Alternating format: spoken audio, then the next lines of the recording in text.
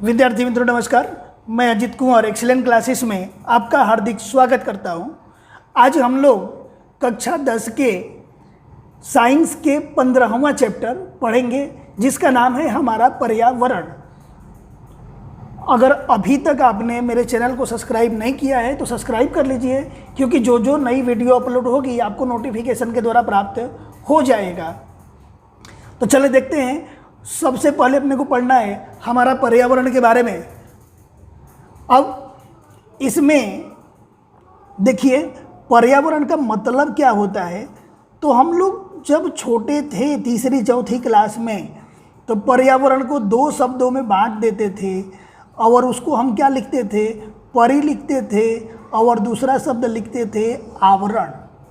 ठीक है, परि का मतलब होता है चारों ओर, और आवरण तो जानते ही हो, अपने चारों ओर का आवरण।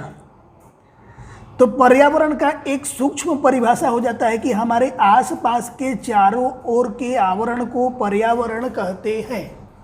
ठीक है, लेकिन ये छोटी परिभाषा है। अब हम धीरे धीरे बड़े क्लास में आ गए हैं तो इसकी थोड़ी सी अच्छे शब्दों में परिभाषा देने की कोशिश करेंगे। तो इसमें हम लोग देखें, सबसे पहले जितने भी सजीव होते हैं उन सजीवों के जीवन, जैसे मान लो पेड़ पौधे हैं, सजीव में हम किसको किसको ले लेते हैं, पेड़ पौधे को ले लेते हैं। पेड़ पौधों के बाद छोटे छोटे कीटकों को ले लेते हैं, और कीटकों के बाद जो अपने को छोटे बड़े प्राणी दिखते हैं उनको ले लेते हैं। जो भी सजीव हैं, इन सजीवों को विकास करने वाले कुछ असर होते हैं।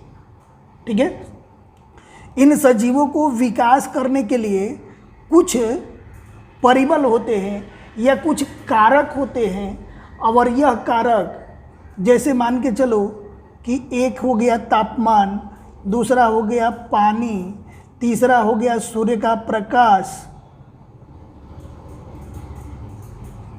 चौथा हो गया हवा। अब देखिए पेड़ पौधे हैं तो उनको सूर्य का प्रकाश चाहिए, तापमान चाहिए यानी गर्मी चाहिए, हवा भी चाहिए, पानी भी चाहिए। कीटक है तो इनको भी ताप चाहिए, पानी चाहिए, सूर्य का प्रकाश चाहिए, हवा भी चाहिए। प्राणी है, प्राणी में मनुष्य भी प्राणी में ही आते हैं। तो सभी प्राणियों को तापमान की यानी उष्मा की ज़रूरत होती है, पीने के लिए पानी की ज़रूरत होती है, सूर्य के प्रकाश की ज़रूरत होती है, हवा की ज़रूरत होती है। अगर उसके साथ साथ ज़मीन की भी ज़रूरत होती है, क्योंकि ज़मीन में से अपने को खनिज लवण प्राप्त होते हैं।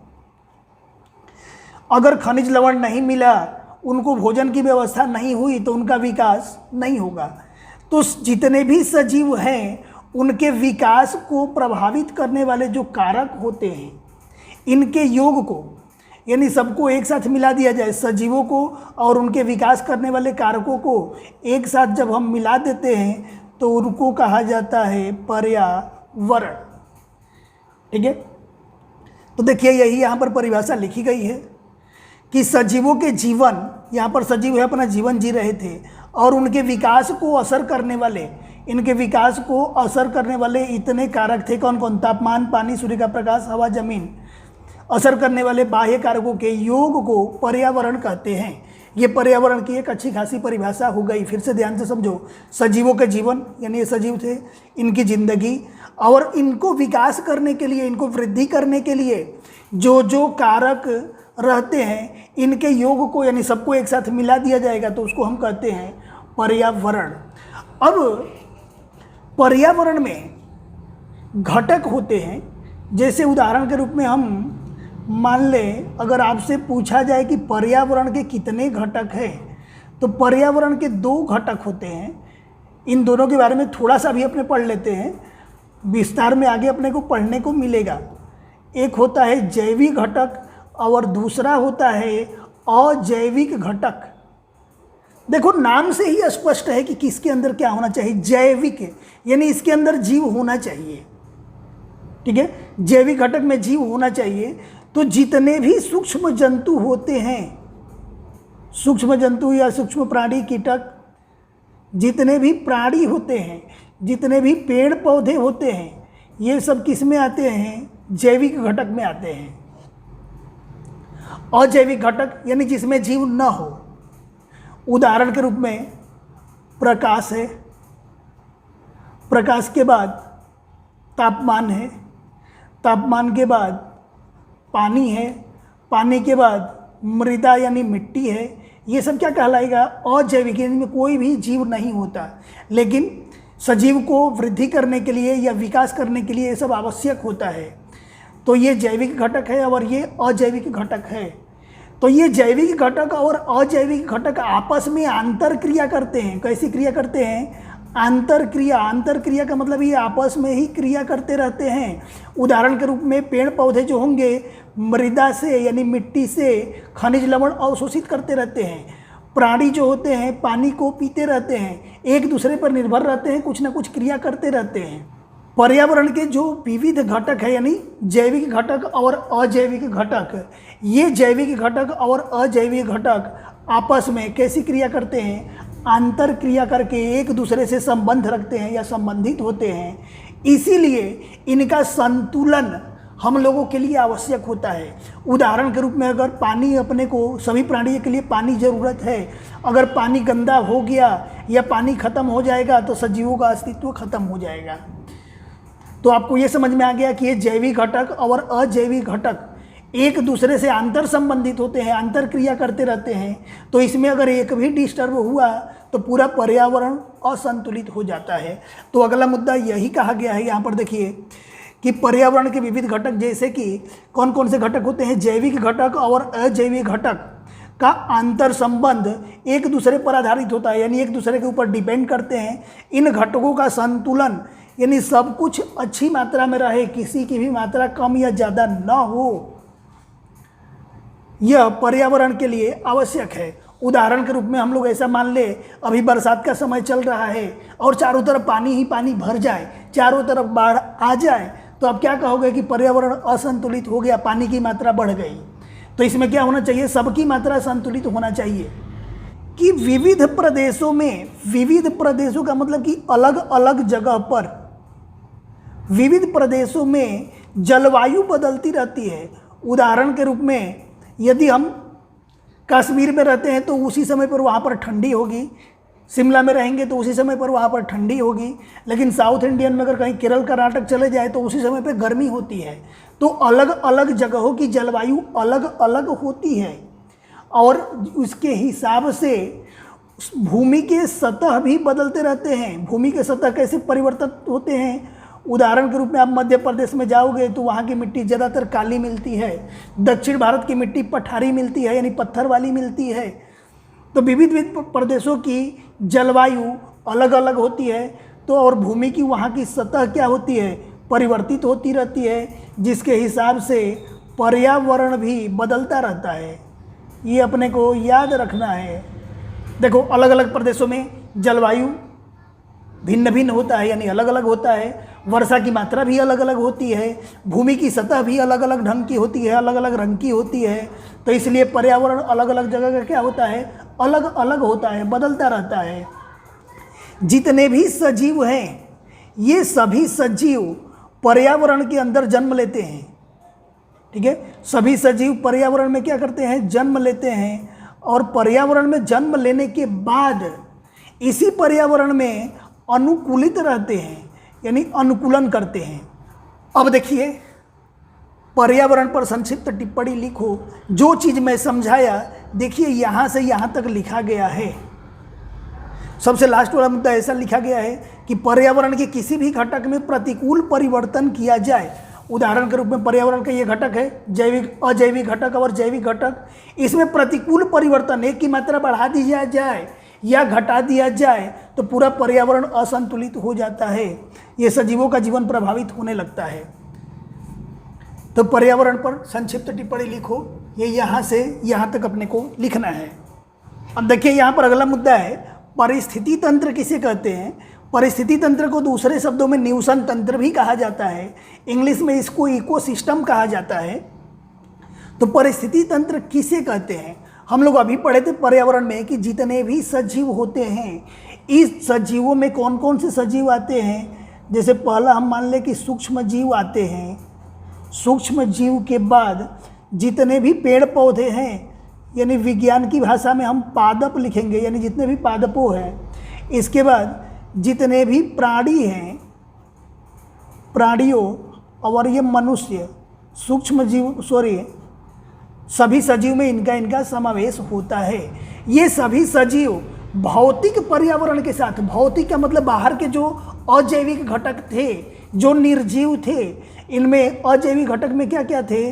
तापमान, और क्या था? पानी, हवा, इसके बाद मिट्टी, प्रकाश। देखो, सभी सजीव भौतिक पर्यावरण के साथ मिलकर के और आंतर क्रिया करते हैं, और उन आंतर क्रिया के साथ अभी हम लोग पढ़े थे कि सभी सजीव भौतिक पर्यावरण के साथ आंतर क्रिया करते हैं, और वह आंतर क्रिया करके जो तंत्र बनाते हैं, यानी जो आपस में मिल जाते हैं, उसको परिस्थिति तंत्र कहा जाता है। अब एक चीज़ और समझना है कि निवसन तंत्र आकार में छोटा या बड़ा हो सकता है। ठीक है, निवसन तंत्र कैसा हो सकता है? निवसन तंत्र का जो आकार होगा वह आकार छोटा भी हो सकता है और बड़ा भी हो सकता है। उदाहरण के रूप में अगर मछली वाला एक्वेरियम अगर हम घर में खरीद करके लेके आएँ तो उसमें थोड़ा सा घास, पत्थर और छोटी छोटी मछलियाँ होती है, और दूसरा अगर हम तालाब के बारे में बात करें तो उसमें बड़ी बड़ी घासें होगी, बड़ी बड़ी मछलियाँ होगी, बहुत सारा पानी होगा। तो ये आकार में छोटा या बड़ा दोनों हो सकता है। हम लोग के घर में जो छोटा सा गार्डन टाइप का बनाते हैं, गमले में पौधे लगाते हैं, तो वह भी एक प्रकार का निवसन तंत्र है। वहाँ पे कम पौधे होते हैं। जंगल में चले जाएं तो वहाँ पर बहुत बड़ा पेड़ पौधे बहुत बड़े बड़े दिखाई देते हैं। तो निवसन तंत्र का आकार छोटा और बड़ा दोनों हो सकता है। ये परिस्थिति तंत्र के अंदर जितने भी सजीव होते हैं, यानी सभी सजीव भौतिक पर्यावरण के साथ अंतर क्रिया करते हैं, कोई बाकी नहीं रहेगा। उदाहरण के रूप में अगर मेढक ले लो तो मेढक भी अपना खुराक खाने के लिए घास के ऊपर और कीटक के ऊपर निर्भर करता है। घास मिट्टी से तैयार, मतलब मिट्टी में से खनिज लेकर के तैयार होता है। यानी सभी सजीव भौतिक पर्यावरण के साथ कोई ना कोई क्रिया करते हैं। तीसरा, प्रत्येक परिस्थिति तंत्र की एक निश्चित संरचना होती है, यानी उनकी संरचना निश्चित होती है, आकार उनका निश्चित होता है। देखिए, परिस्थिति तंत्र की पहली विशेषता हम लोग क्या पढ़े कि परिस्थिति तंत्र आकार में छोटा या बड़ा हो सकता है। छोटा उदाहरण देखना है तो घर पर गमलों में पौधे, बड़ा उदाहरण देखना है तो जंगल में बड़े बड़े पेड़ पौधे, या दूसरा छोटा उदाहरण देखना है तो एक्वेरियम बोलते हैं मछली घर जो बनावट कृत्रिम रूप से होता है घरों में, बड़ा तालाब। सभी सजीव क्या करते हैं? भौतिक पर्यावरण के साथ आंतर क्रिया करते हैं अपना खुराक ग्रहण करने के लिए, और इनकी संरचना निश्चित होती है कि मेढक घास को ही खाएगा या मेढक कीटक को ही खाएगा, मेढक शेर को नहीं खाएगा। सबकी संरचना निश्चित होती है। और समुद्र पृथ्वी पर का सबसे बड़ा पारिस्थितिक तंत्र है, याद रखना। विकल्प के लिए ये प्रश्न, पृथ्वी पर का सबसे बड़ा पारिस्थितिक तंत्र कौन सा है? समुद्र। और पृथ्वी की सबसे छोटी इकाई, ये भी याद रखना विकल्प के लिए, कि पृथ्वी की सबसे छोटी इकाई परिस्थिति तंत्र होता है। दो प्रश्न विकल्प के लिए आपको याद रखने हैं। अब देखिए, प्रश्न कैसे पूछा जाएगा? प्रश्न इस तरह से पूछा जा सकता है कि पारिस्थिति तंत्र अर्थात क्या, इनकी विशेषता लिखो। तो हम लोग कैसे लिखेंगे? सबसे पहले लिखेंगे कि सभी सजीव अपने भौतिक पर्यावरण के साथ आंतर क्रिया करते हैं, और उन आंतर क्रिया से जो तंत्र बनता है उस तंत्र को परिस्थिति तंत्र या निवसन तंत्र कहते हैं। अब आगे हेडिंग दे देंगे विशेषता। विशेषता में क्या लिखेंगे? तो परिस्थिति तंत्र का आकार छोटा भी हो सकता है, बड़ा भी हो सकता है। सभी सजीव भौतिक पर्यावरण के साथ आंतर क्रिया करते हैं। अगर आंतर क्रिया नहीं करेंगे तो वह सजीव जिंदा नहीं रह पाएगा। उदाहरण के रूप में अगर हम लोग हैं अगर हम श्वसन नहीं करेंगे यानी हवा नहीं ग्रहण करेंगे तो हम लोग मर जाएंगे, पानी नहीं पिएंगे 2-4 दिन में मर जाएंगे, मिट्टी से उपजित यानी मिट्टी से उपजा हुआ खुराक अगर ग्रहण नहीं करेंगे तो भी 2-4 दिन में मर जाएंगे। यानी सभी सजीव भौतिक पर्यावरण के साथ आंतर क्रिया करते हैं।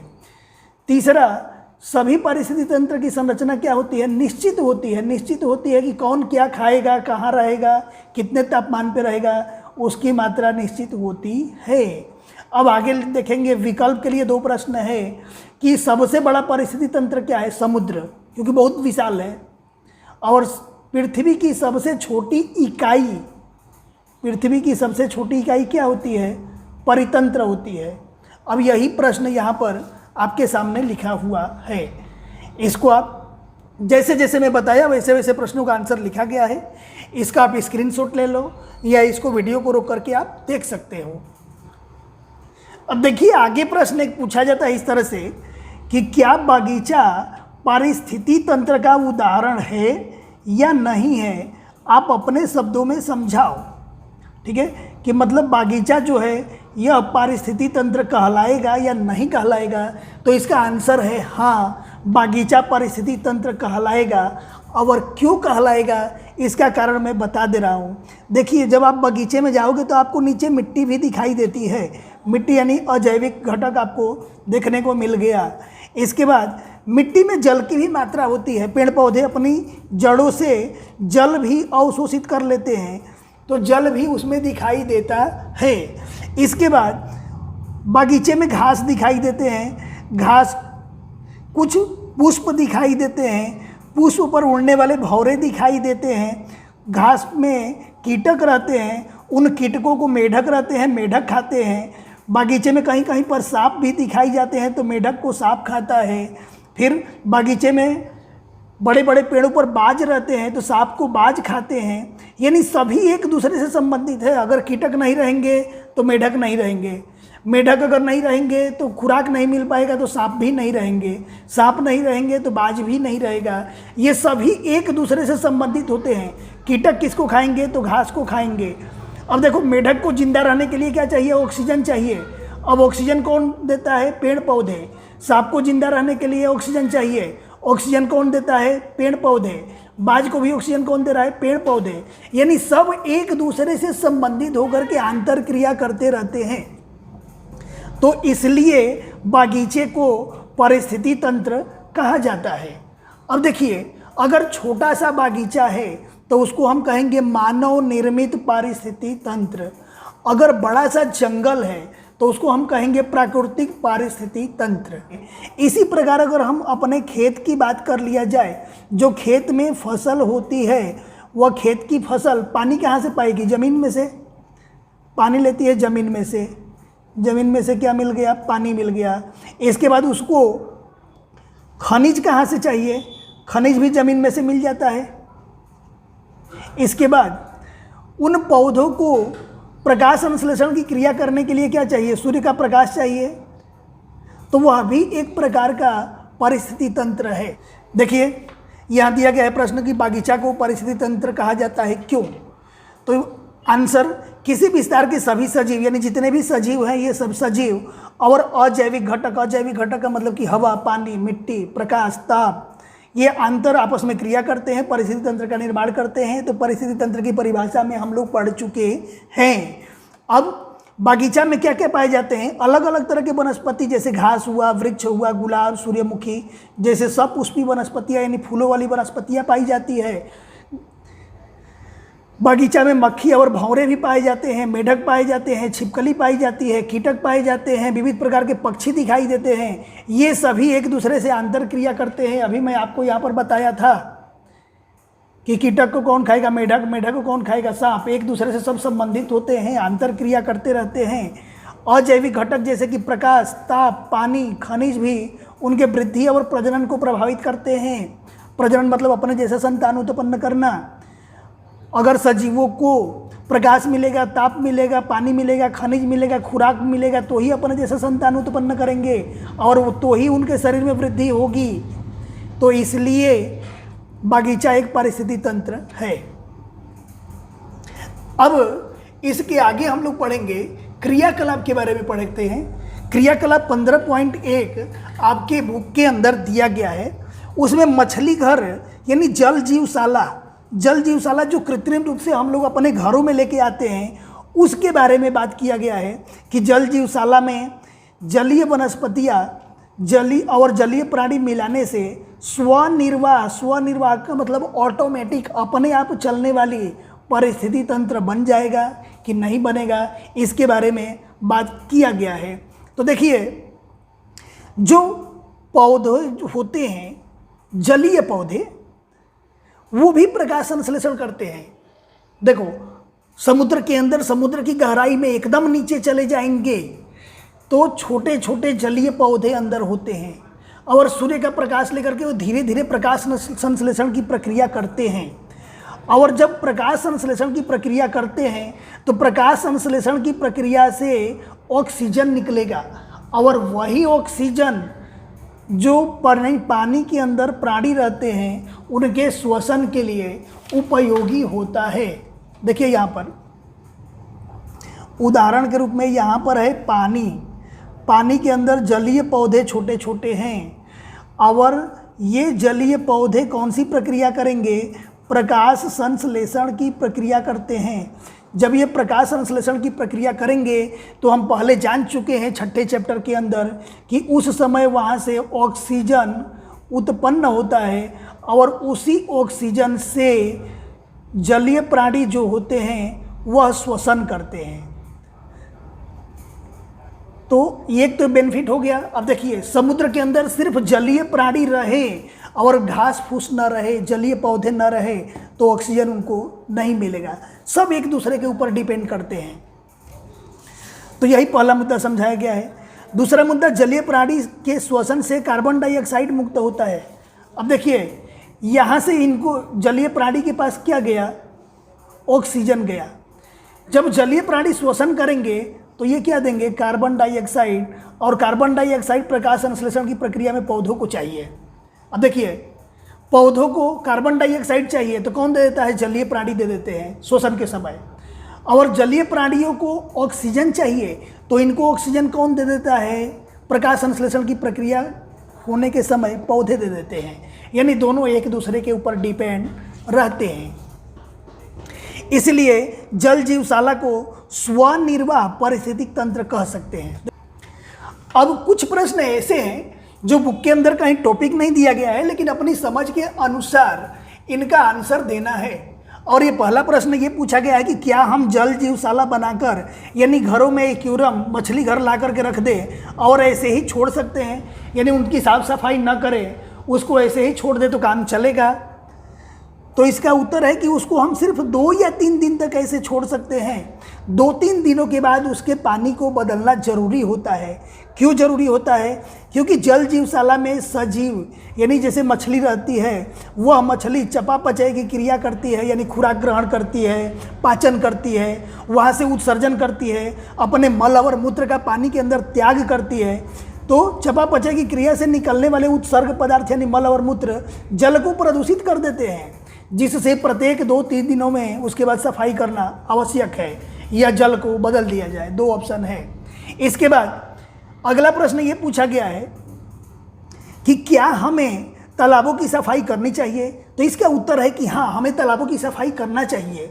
क्यों? क्योंकि तालाब के सजीवों से, तालाब के अंदर जितने भी सजीव, मछली, मेढक, छोटे बड़े और जलीय प्राणी जो होते हैं, उनका जो उत्सर्ग पदार्थ होता है यानी मल और मूत्र, वह नील हरित शैवाल की वृद्धि को प्रेरित करता है। यानी तालाब में रहने वाली मछलियां हैं, मेढक हैं, छोटे बड़े कीड़े मकोड़े हैं जो पानी में रहते हैं, जब वो मलमूत्र का त्याग करते हैं तो उन्हीं मलमूत्र का त्याग होने से बहुत तेजी में नील हरित शैवाल बढ़ता है। उनके मल और मूत्र से प्रभावित होकर के नील और हरित शैवाल बढ़ता है। अब जब नील हरित शैवाल की मात्रा अधिक हो जाएगी, शैवाल का मतलब कि आप लोग तालाबों में देखे होंगे कि तालाब की सतह पर हरे रंग की एक परत जम जाती है। जब तालाब की सतह ढक जाएगा शैवाल से तो पानी में ऑक्सीजन की मात्रा की कमी हो जाती है, जिससे, अब देखो, कोई तालाब है जिसकी ऊपरी सतह बिल्कुल शैवाल से हरे रंग की पदार्थ से ढक गया तो पानी के अंदर ऑक्सीजन की मात्रा कम हो जाएगी और जलीय प्राणियों की मृत्यु भी हो जाती है। अब आगे देखते हैं कि अगर नील हरित शैवाल की वृद्धि से शैवाल का उत्सर्ग पदार्थ जो पानी में मिल जाता है वह पानी को जहरीला बनाता है।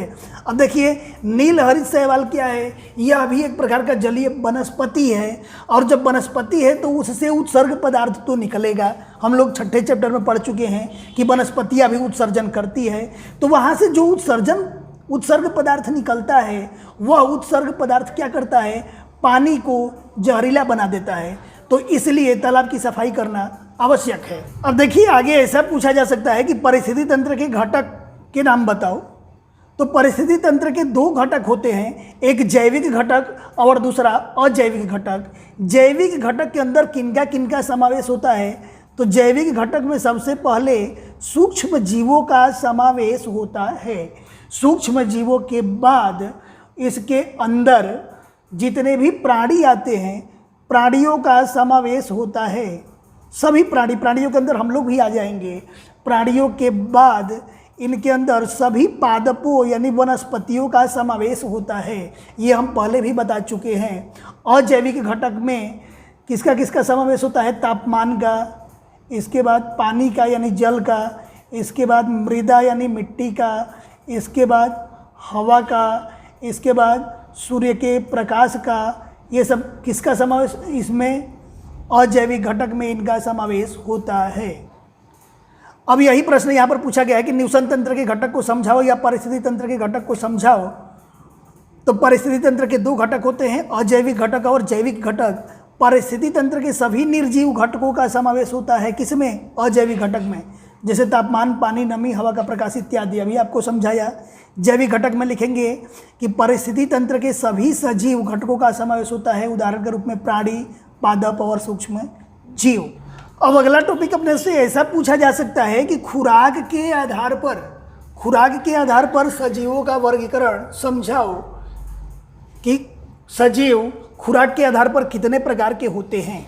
तो देखिए खुराक के आधार पर सजीवों को अलग अलग वर्गों में बांटा जाता है। उसमें जो पहला वर्ग है उसको कहा जाता है उत्पादक यानी ट्रांसड्यूसर। अब इनके अंदर कौन कौन आता है, तो देखिए जितने भी हरे पौधे होते हैं ये सभी हरे पौधे और नील हरित शैवाल, देखो जितने भी हरे पौधे या हरे पादप दिखाई देते हैं, इसके बाद नील हरित शैवाल, जिसका मैं अभी तालाब के ऊपर जमने वाली बात आपको समझाया था कि तालाब के ऊपर नील हरित शैवाल जम जाते हैं। तो ये सभी पौधे और नील हरित शैवाल ये क्या करते हैं, प्रकाश संश्लेषण की प्रक्रिया करते हैं।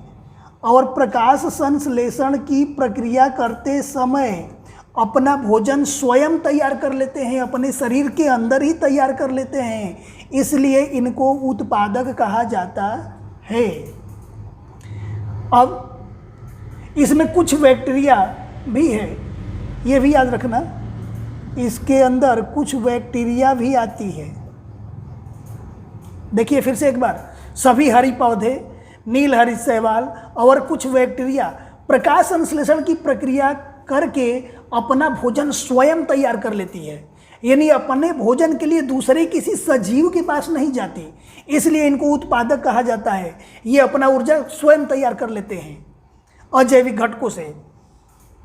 तो यहाँ से देखो दिया गया है कि सभी हरे पौधे एवं नील हरित शैवाल प्रकाश संश्लेषण की क्रिया के द्वारा अपना भोजन तैयार करते हैं, उन्हें उत्पादक कहते हैं। जैसे कुछ बैक्टीरिया, शैवाल और हरी वनस्पतियाँ जो प्रकृति में भोजन का निर्माण करते हैं उन्हें उत्पादक कहा जाता है। दूसरे शब्दों में ऐसे भी बोल सकते हैं। अब देखो आप लोग ऐसा बोलोगे कि सर हम भी तो अपना भोजन स्वयं तैयार करते हैं, किचन में जाते हैं तैयार कर लेते हैं। तो आपका सोचना बिल्कुल सही है, लेकिन आप एक जगह पे गलत हो, ध्यान से समझना। हम अपना भोजन तैयार करने के लिए जब किचन में जाते हैं तो कुछ सब्जियों को काटते हैं। कुछ सब्जियाँ जैसे मान के चलो आलू की सब्जी को काट रहे हैं, तो आलू क्या है, दूसरे सजीव से मिला हुआ है। उसमें दाल बनाते हैं तो दाल अपने को कहाँ से आया, मूंग के या तुवेर के पौधे से आया हुआ दाल है। मटर की दाल कहाँ, मटर की सब्जी अगर बनाए तो मटर कहाँ से प्राप्त हुआ? तो मटर के पौधे से प्राप्त हुआ। यानी हम दूसरे सजीवों का उपयोग करके अपना भोजन तैयार करते हैं, इसलिए हम उत्पादक नहीं हैं। यहाँ पर हरे जो पौधे होते हैं ये जब अपना भोजन तैयार करते हैं तो किसी दूसरे सजीव का मदद नहीं लेते हैं, ये सिर्फ सूर्य से यानी वातावरण से कार्बन डाइऑक्साइड लेते हैं, सूर्य का प्रकाश लेते हैं, ये वातावरण से लेते हैं, अजैविक घटकों का उपयोग करते हैं, परंतु किसी जैविक घटक का उपयोग नहीं करते, इसलिए इनको उत्पादक कहा जाता है। अब दूसरा मुद्दा इसमें आता है उपभोक्ता का। उपभोक्ता का मतलब उपभोग करने वाला। देखिए, ऐसे सजीव जो अपने खुराक के लिए दूसरे के ऊपर निर्भर हो। देखो, ऐसा सजीव जो अपने खुराक के लिए दूसरे के ऊपर निर्भर हो, दूसरे सजीवों का उपयोग करके अपना खुराक तैयार करता हो, उसे हम उपभोक्ता कहते हैं। अब इसमें जितने भी प्राणी है, उदाहरण के रूप में अगर मेढक मान लो तो मेढक या तो घास खाएगा नहीं तो कीटों को खाएगा, ठीक है। जितने भी प्राणी है ये सब उपभोक्ता कहलाते हैं। प्राणियों के बाद जैसे मान के चलो हिरन, बकरी, शेर, ये सब क्या है? उपभोक्ता है। हिरन, बकरी और शेर ये सभी क्या है? उपभोक्ता है। ये क्या करते हैं? ये सभी दूसरे सजीवों का उपयोग करके और फिर अपना भोजन ग्रहण करते हैं।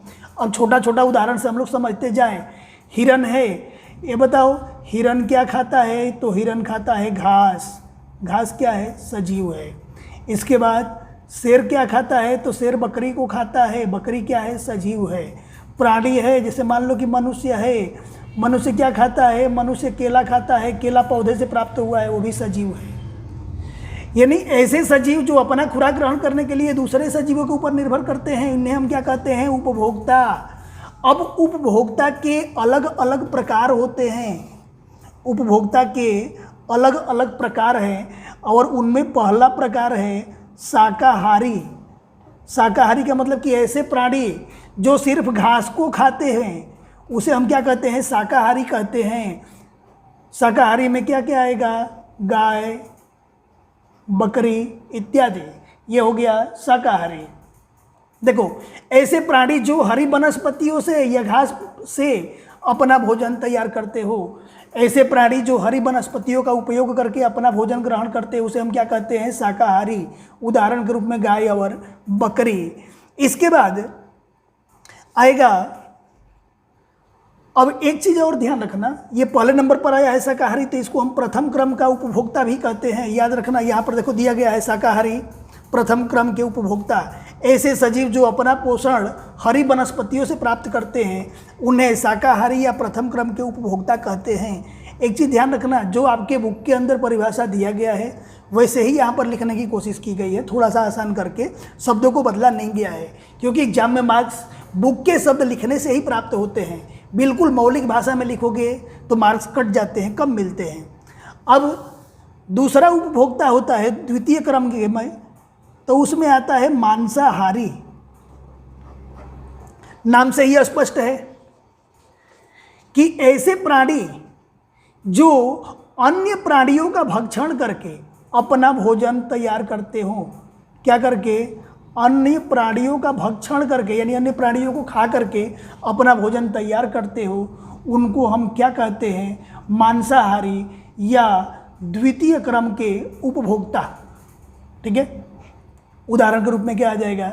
शेर, बाज इत्यादि। अब देखिए, यहाँ मांसाहारी प्राणियों को दो भागों में बांटा गया। मांसाहारी जो प्राणी थे उनको दो भागों में बांट दिया गया। पहले का नाम दिया गया द्वितीय क्रम का उपभोक्ता,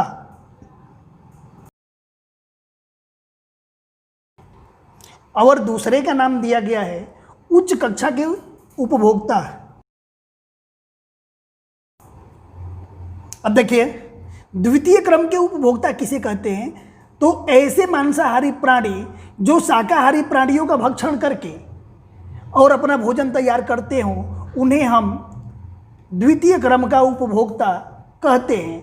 उदाहरण के रूप में क्या है? उदाहरण के रूप में है सांप इसके बाद बाघ, चीता। अब उच्च कक्षा के उपभोक्ता में क्या कहलाएगा कि ऐसे प्राणी जो द्वितीय क्रम के उपभोक्ता को खा करके, देखो ऐसे प्राणी जो द्वितीय क्रम के उपभोक्ता को खा करके और अपना भोजन ग्रहण करते हो, उसे हम उच्च कक्षा के उपभोक्ता कहते हैं। उदाहरण के रूप में जैसे मान लो कि बाज ले लो, तो बाज किसको खाता है? बाज सांप को खाता है, ठीक है। इसके बाद गिद्ध, गिद्ध किसको खाएगा? बाघ को खाएगा। जितना अभी मैं चलाया सबको यहाँ पर कैसे एग्जाम में लिखना है यहाँ पर लिखा हुआ है, आप इसे लिख ले और याद कर लेना। ये सारी परिभाषाएं आपको समझा दिया गया है, अच्छी तरह से आपको समझ में आ गई है। सिर्फ इसको आप एक बार पढ़ोगे याद हो जाएगा। इसको आप लिख लो वीडियो को रोक करके। देखिए यहाँ पर हम लोग उपभोक्ता के अलग अलग प्रकार के बारे में पढ़े थे। पहला प्रकार पढ़े थे शाकाहारी, दूसरा प्रकार पढ़े थे मांसाहारी, अब तीसरा प्रकार आ जाएगा सर्वाहारी। सर्वाहारी किसे कहते हैं? तो इनके नाम से ही आपको याद हो जाएगा कि ऐसे सजीव जो अपना पोषण प्राप्त करने के लिए उपभोक्ता का मतलब हो जाएगा जो अपना पोषण प्राप्त करने के लिए उत्पादक और उपभोक्ता दोनों का भक्षण करते हैं। उत्पादक का मतलब कितने हो जाएंगे? पेड़ पौधे हो जाएंगे। उपभोक्ता का मतलब जैसे मान लो कि बकरी हो गया, बकरी क्या है? उपभोक्ता है। तो दोनों का भक्षण करता है, यानी घास भी खाते हैं और छोटे मोटे जीव भी खाते हैं। ऐसे प्राणियों को सर्वाहारी कहा जाता है। सर्वाहारी में कौन कौन आता है? मनुष्य और चूहा। इसके बाद अगला आएगा परोपजीवी। परोपजीवी अब क्या कहलाता है? तो परोपजीवी में हम लोग देख ले कि ऐसे सजीव जो उपभोक्ता का भक्षण किए बिना, देखो ये लोग क्या करते हैं? किसी का भक्षण नहीं करते हैं, ठीक है। भक्षण किए बिना पोषण प्राप्त कर लेते हैं। किसी का भक्षण नहीं करते और पोषण प्राप्त कर लेते हैं। उदाहरण के रूप में हमारे शरीर के अंदर जू पड़ जाते हैं बालों के अंदर, तो हमारे शरीर को नहीं खाते, लेकिन हमारे रक्त में से त्वचा में छेद करके रक्त को चूस के अपना पोषण प्राप्त कर लेते हैं। इसके बाद तुम लोग देखे होंगे कि पेड़ों के ऊपर अमरबेल लगता है। वह पौधों से अपना, पौधों को खाता नहीं है लेकिन पौधों के पोषक तत्वों को चूस कर अपना पोषण प्राप्त कर लेता है। तो अमरबेल भी क्या कहलाएगा? परोपजीवी कहलाएगा, जू और अमरबेल। इसके बाद एक और आता है अपमार्जक।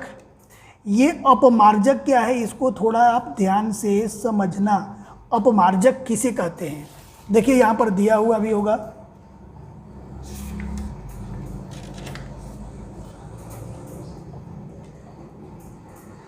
विघटक या अपमार्जक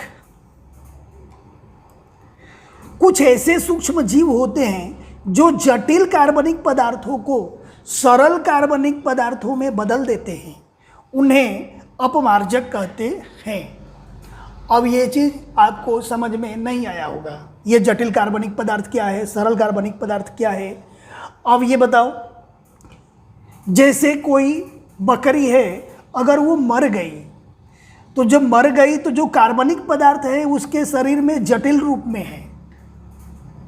जब वो बकरी को जमीन में दबा दिया जाएगा तो छोटे छोटे जीव क्या करेंगे? उनके जटिल कार्बनिक पदार्थों को ग्रहण करेंगे और उसको सरल कार्बनिक पदार्थ में बदल देंगे। कुछ छोटे छोटे जंतु होते हैं, देखे होंगे कि मांस बहुत दिन तक पड़ा रह जाता है तो छोटे छोटे कीड़े लग जाते हैं, उनको हम अपमार्जक कहते हैं। वो अपमार्जक क्या करते हैं? जटिल कार्बनिक पदार्थों को यानी सड़े हुए मांस को खा करके उनका विघटन करके और सरल कार्बनिक पदार्थ में बदल के और फिर वापस जमीन को दे देते हैं।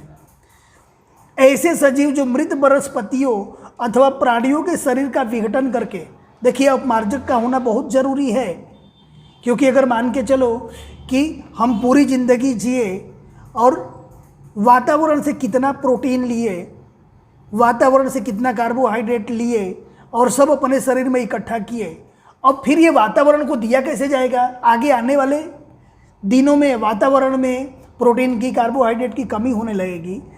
तो कुछ जीव ऐसे होते हैं जो हमारे शरीर का विघटन करते हैं, उसको सड़ा देते हैं और विघटन करके और यही जटिल कार्बनिक पदार्थ को वापस मिट्टी को दे देते हैं, मिट्टी में मिला देते हैं। और वैसे सजीवों को अपघटक, विघटक या अपमार्जक कहते हैं। उदाहरण के रूप में है जीवाणु और कवक।